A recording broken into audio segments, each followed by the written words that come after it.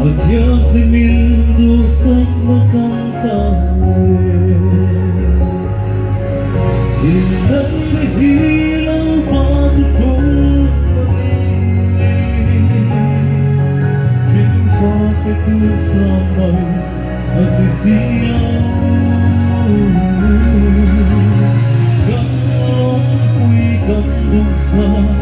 kansoy mo'y tree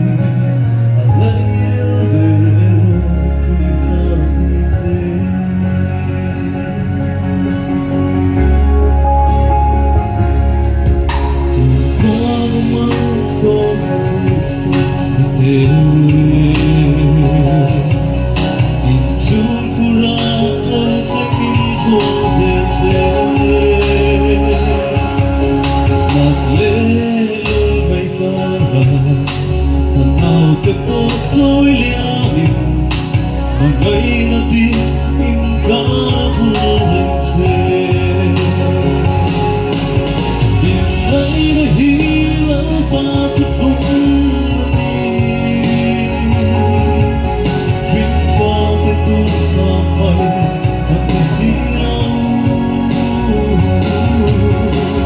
Kalong ku'y kandong sa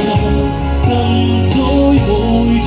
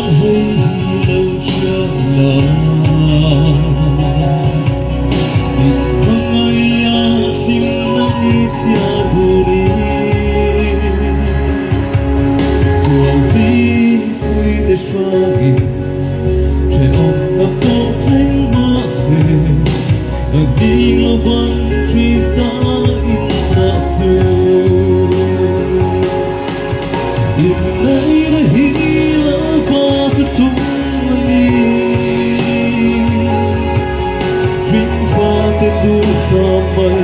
hati silau Kalong ku'y kandung sa Chicken nhiều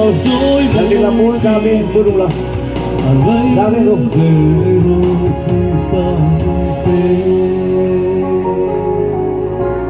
Al aire el verdadero cristal